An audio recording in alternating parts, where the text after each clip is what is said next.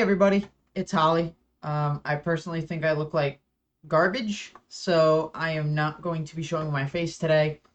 We are going to do the same thing that I did with the OCA Part 4 video, where I'm going to be reading from the document and then modifying the pitch. That's going to be done in all future videos.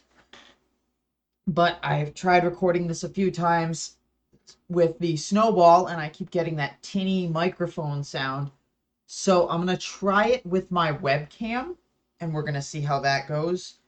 But if you guys don't like that, then let me know and I'll get that new microphone. Otherwise, if you're okay with the webcam audio quality, then just let me know in the comments. So, without any further ado, let's get started with the Data Series 8 policy letter called Sanity from the 19th of May, 1970.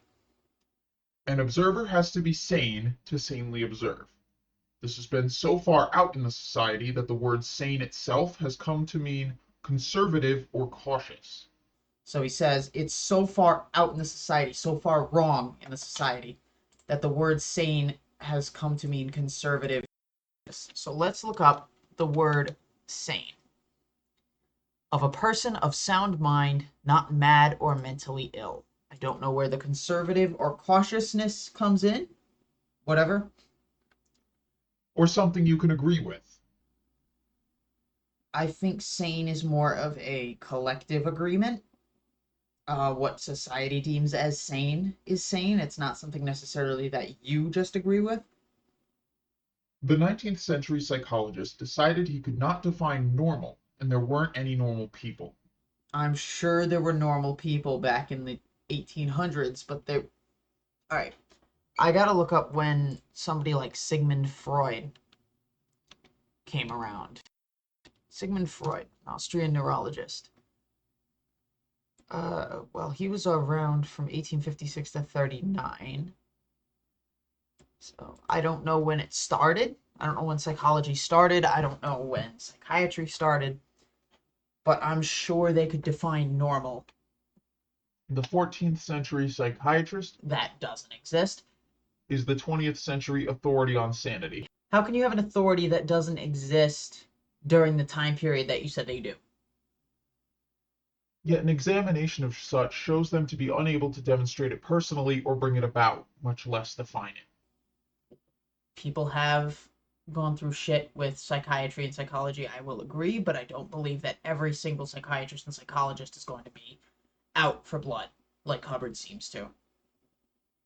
Dictionaries say it's health, soundness of mind or body, level-headedness, reasonableness, yet sanity is vital to accurate observation.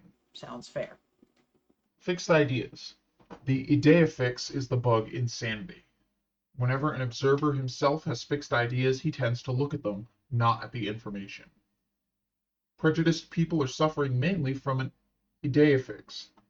The strange part of it is that the idea fix they think they have isn't the one they do have. All right, so this I want to know what he means by the one that they think they have isn't the one that they do have. An example of this is the social scientist with a favorite theory. I have seen tons of these birds pushing a theory as though it was the last theory in the world and valuable as a 10-pound diamond. Such throw away any fact that does not agree with theory. That's how 19th century psychology went off the rails. All fixed ideas and no facts. I don't know about fixed ideas during psychiatry, so I can't make a comment on that. But normally in the scientific method, anything that disproves your hypothesis or your theory, you will now modify this hypothesis and theory to match that new observation. The physical sciences in Hegel's time did the same thing. There was no eighth planet in the solar system, even when found in a telescope, because 7 is a perfect number, so there can only be 7 planets. I don't think anyone ever said that. I'm assuming that if you see it in the telescope, you're more likely to believe it. History is full of idiocies and idiots with fixed ideas. They cannot observe beyond the idea. A fixed idea is something accepted without personal inspection or agreement. It's the perfect authority knows best. It's the reliable source. Okay, so fixed ideas seem similar to biases more than being related to authority and ideals, reliable sources. Um, Yes, fixed ideas are usually accepted without personal inspection. Uh, if they're accepted, then they're agreed upon. I don't know why he's bringing up the agreement part. A typical one was the intelligence report accepted by the whole U.S. Navy right up to the 7th of December 1941, the date of destruction of the U.S. fleet by Japanese planes. The pre-Pearl Harbor report from unimpeachably reliable sources was, the Japanese cannot fly, they have no sense of balance. I'm sure they didn't say that.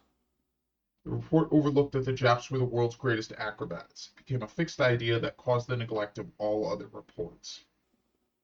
I want to know where he found this quote.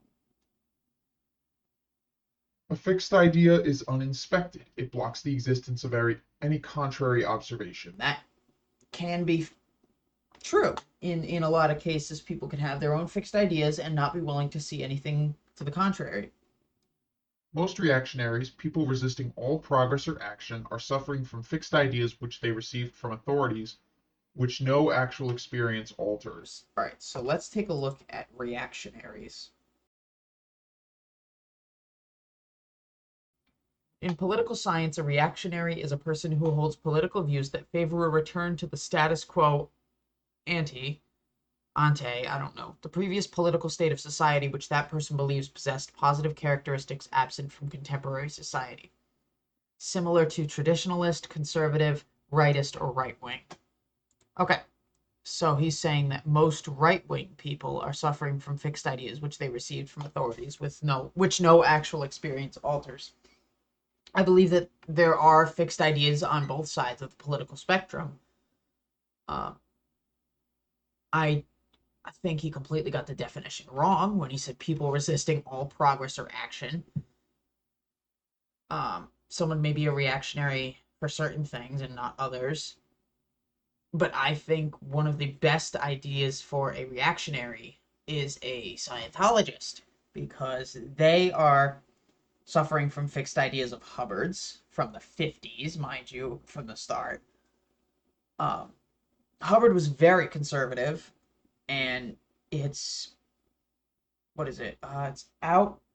No, it's off policy to change, off policy and out tech, I think, to change Hubbard's directives, change his policies, his technical bulletins, even though David Miscavige has done it many, many times under the excuse of essentially text purity from what Hubbard actually wanted. So I think Scientology is full of reactionaries due to Hubbard's ideas. That British red-coated infantry never took cover was another one. Want to know where he got this? I'm sure every army knows how to take cover. It took a score or two of wars and fantastic loss of life to finally break it down. If any single fixed idea destroyed the British Empire, this one's a candidate. It's if you have an army, you know you need to take cover. How are you that stupid? All right. I think we're going to end off here right before a normal scene. And I will pick this up in the next video. I'm going to try to cut the videos down to 10 minutes apiece. And we're going to see how many. I think this is going to be about 3 videos for this specific policy letter. But it's just going to be a way for you guys to be able to, I guess, watch more of the content, to be more engaged with it than having to sit through a 30-minute video of me reading the entire thing in one go. So we'll end it off here. I'll pick it up next time. Thank you all for watching or listening. Like if you like the video, dislike if you don't. I don't really care. Comment with your feedback or questions, good, bad, or sideways. Like I said, let me know if you are okay with the webcam microphone audio or if you prefer the snowball. I'll see if I can get another microphone if the majority wins on that one. And subscribe to be kept up to date on future content. Join the Discord, join the Q and Nut channel, and join the Q and Nut Discord. I will talk to all of you later. See ya.